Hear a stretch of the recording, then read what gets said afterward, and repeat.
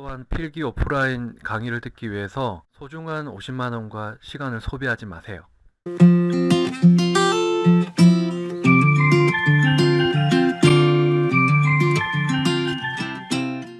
안녕하세요, 샤온입니다. 얼마 전에 용접기능사, 특수용접기능사 필기 1차 시험이 있었습니다.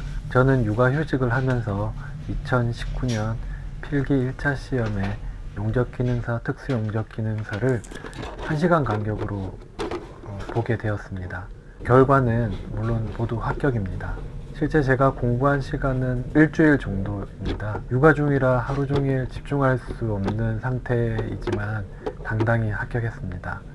심지어 두꺼운 책을 구매를 해야 되는데 구매 없이 인터넷 자료만으로 준비를 했고 합격을 했습니다. 필기시험을 나름 준비하면서 생각했던 노하우를 공유했으면 합니다. 첫 번째, 먼저 용접기능사, 특수용접기능사 필기시험을 준비하실 때 목표 점수가 있어야 됩니다.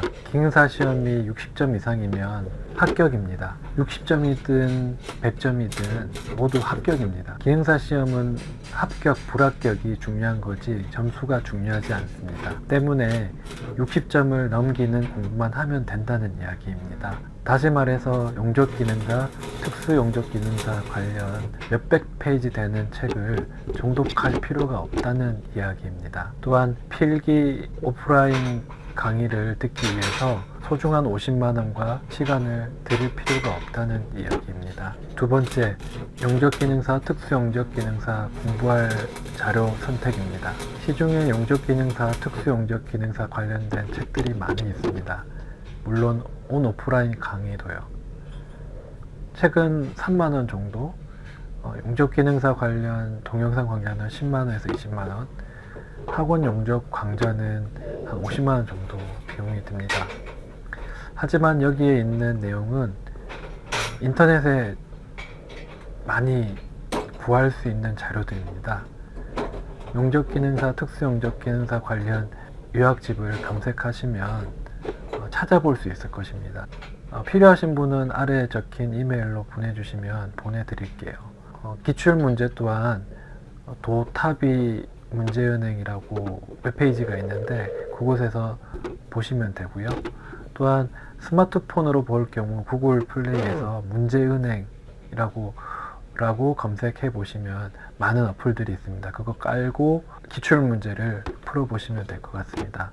이렇게 요약집과 문제은행만 있으면 한 권의 책과 똑같은 효과를 가지게 됩니다. 이 요약본과 문제은행 외에 잘 모르는 용어들은 네이버에서 검색하셔서 이해하시면 될 것 같습니다.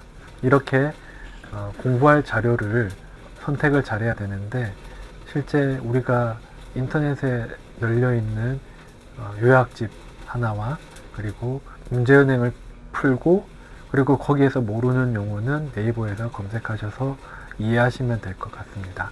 세 번째, 반복입니다.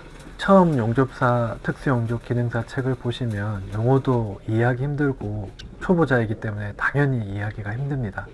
내용 또한 일반인들이 접하기 힘든 제도, 금속 관련된 부분들이 많아서 처음 접근하기가 정말로 힘든 것 같습니다. 그런데 이렇게 두꺼운 책으로 준비하면 진도가 나가지 않고 지역적인 부분만 집착하기 때문에 완독 일정을 맞추기가 어렵습니다.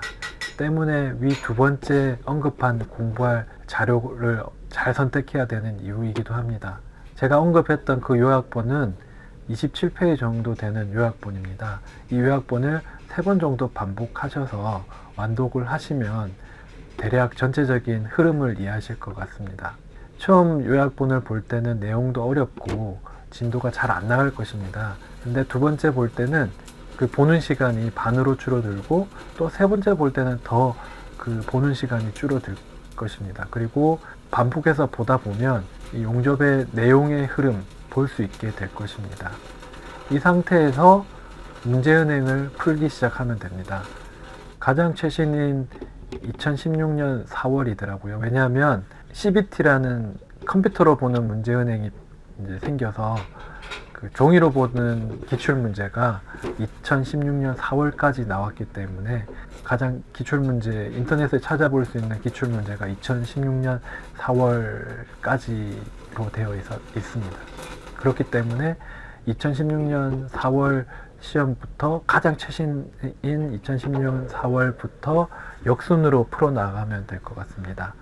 저 같은 경우에는 2016년부터 4회부터 쭉 내려가서 2014년까지 풀었던 것 같습니다. 왜냐하면 더 많이 풀어보고 싶었지만 시간적인 한계로 인해서 시간이 허락되는 한도까지 본 게 2014년도입니다. 문제은행을 보고 마지막 시험 보기 당일 전에 요약본을 한 번 더 빠르게 훑어봤습니다. 공부는 반복이라는 것을 잊지 마세요. 네 번째, 용접기능사, 특수용접기능사 선택 전략입니다. 우리가 알고 있듯이 면제 과목이라는 게 있습니다. 용접기능사 혹은 특수용접기능사 둘 중에 하나의 자격증만 있으면 필기는 면제가 되고 실기만 준비하면 되는 제도입니다. 내용 또한 많은 부분이 겹치기 때문에 두 가지 다 준비하실 필요는 없습니다. 특히 조사해 본 결과 용접기능사 필기가 특수용접기능사 필기보다 더 어렵게 출제되고 있습니다. 저 또한 필기 시험에서 용접기능사가 60점대를 받았고 특수용접기능사는 70점대를 받았습니다. 제 경험 또한 맞게 결과가 말해주고 있습니다.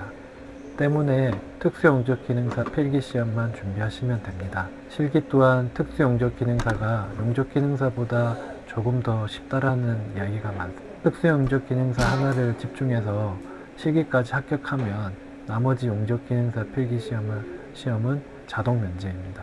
용접기능사 필기 실기보다 특수용접기능사 필기 실기가 더 쉬우니까 먼저 하나를 집중을 하고 그 다음 용접기능사를 준비를 해서 한 단계씩 밟아 나가면 될 것 같습니다. 물론 이 제도 또한 언제 없어질지 모릅니다.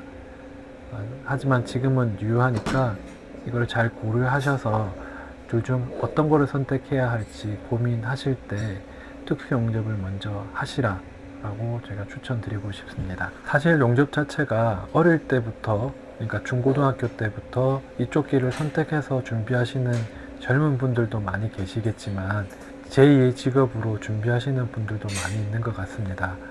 오랜 시간 공부를 안 하던 버릇을 하시다 보니 머리가 굳어서 필기시험을 몇 번이나 떨어지는 경우가 또 허다하죠. 하지만 공부 전략만 잘 세우신다면 저렴하게 큰돈 들일 필요 없이 필기 합격을 하실 수 있을 것입니다. 2019년 2차 시험을 많은 분들이 앞두고 어떻게 시작해야 될지 갈피를 못 잡는 분들이 많이 계실 거라고 생각합니다. 위에 4가지 노하우를 적용해서 한 번에 붙기를 간절히 소망합니다. 이상 2019년 1월 용접기능사, 특수용접기능사 실기시험을 앞두고 있는 용접초보, 용접초딩 차운이었습니다. 감사합니다.